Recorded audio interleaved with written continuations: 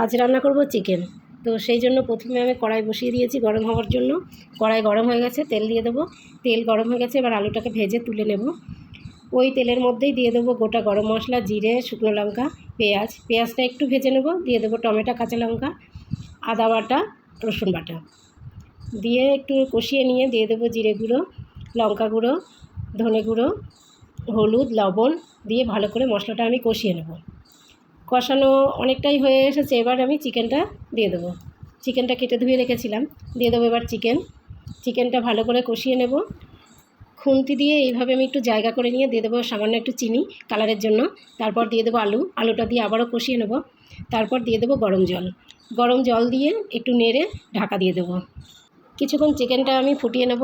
দেখো বন্ধুরা, চিকেনটা আমার হয়ে এসেছে। এবার গরম মশলা দিয়ে নেড়ে চেড়ে নামিয়ে নেব। তো এই ছিল আজকের ভিডিও। চিকেন রান্নাটা কেমন হয়েছে কমেন্টে জানিও।